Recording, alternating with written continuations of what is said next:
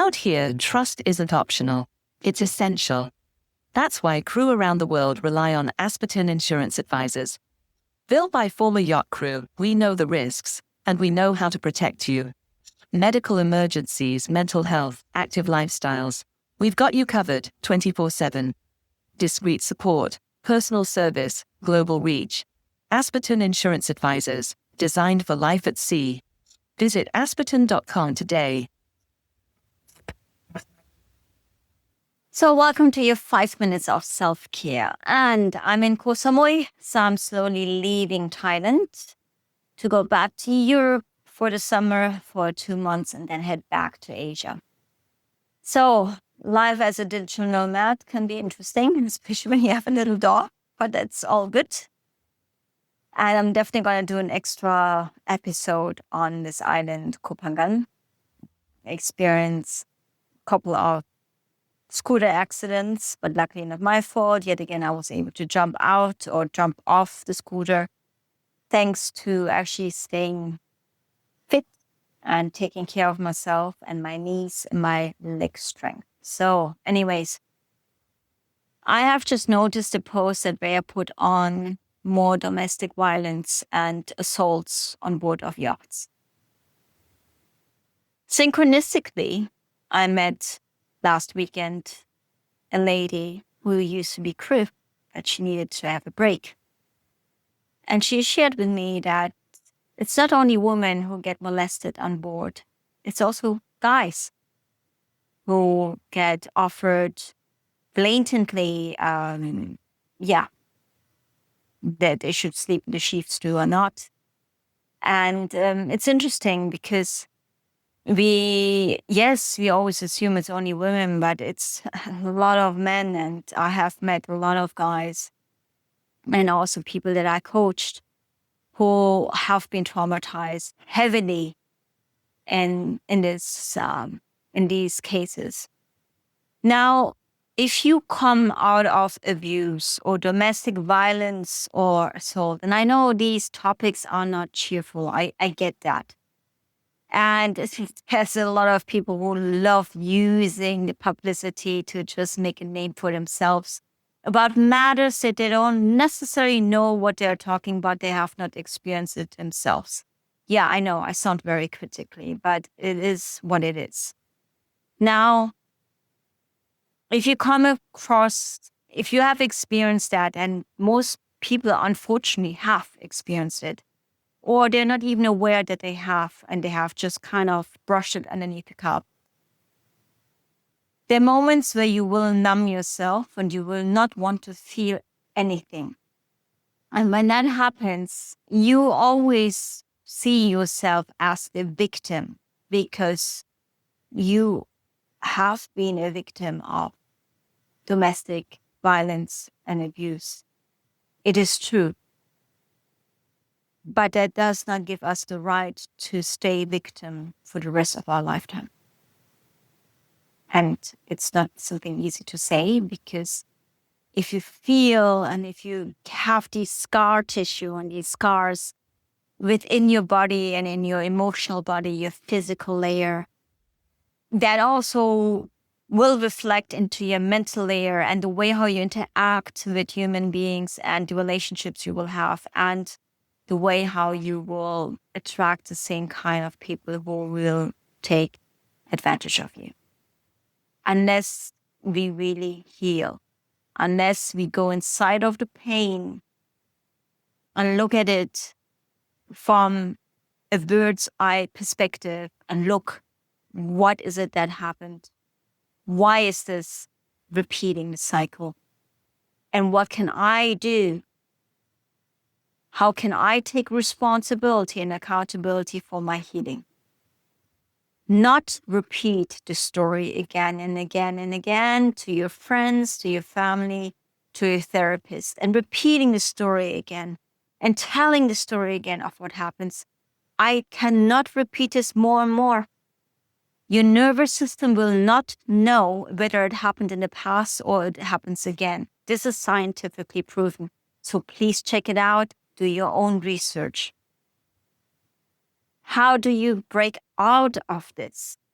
out of this old version where you were a victim, but the present version is not a victim anymore. And the future version of you is not a victim anymore. You need to go inside of your pain. But many people, and this is what I have seen here on this island, because a lot of people on this island come from war zone stricken countries. And it is horrible because they don't know how to deal with the emotions or the mental health. They don't know how to deal with the memories in their head, what they have seen, what they have endured, what they have heard. And the best escape is drugs, alcohol, getting stoned, taking a lot of ketamine, any drugs they can find. Some of them actually use more plant medicine and go from one before ceremony to the next before ceremony, believing they need to continuously use this medicine, not understanding you need to recalibrate in between. You actually need to stabilize your nervous system again because you're not doing your nervous system a favor. Everything is connected to your nervous system, your immune system. Everything is interlinked. All the 5 layers of our existence, the physical, the mental, the emotional, the spiritual body, the wisdom body. And then also, when you understand that you're not just like this physical layer, or not just your emotions, not just your mental, not just spirituality and flying up higher and not grounding yourself, if you do not understand that, you will stay stuck. And it is something you need to go inside of the pain. And it requires courage. It requires being so brutally honest to yourself, understanding, hey, how did that happen again? How did I get into the same kind of marriage? I'm just speaking to you now about my own experience because I walked through it. I walked through the abuse. I walked through the addictions. I walked through the betrayals, and the whole 9 yards of anything and everything. But it doesn't really matter what I walk through. What matters is, what are you going to do about this? How are you going to step up to your game? How are you? You're suffering already. You're numbing your pain. So why not just actually go inside of the pain instead of suffering more and then eventually just close that chapter? Go inside of it. And how we can numb our pain is with addictions. So from drugs, alcohol, sex addictions, going from one relationship to the other, even spirituality, following someone blindly, a community, not being able to be you, and not even wanting to find the authentic you because it's easier for someone else to tell you what to do. But this is also not the solution. No, it is not. Because if it is spirituality, it is there to support you finding your authentic self, remembering your authentic self, not finding, going within. That means also going within your pain. Within the Tai Chi Qigong practice, what we do is we burn in specific postures. And what I have from my own experience, and this is only my personal experience, when I was stand in a long time in Mabu, I would actually get within because I'm always connected to spirits. I visualize what happened to me in the past, that I could feel this pain and then releasing this tension because my body holds a traumata, this emotion within my body. And Qigong and Tai Chi is such a great practice to release the body, to release especially this traumata in your body.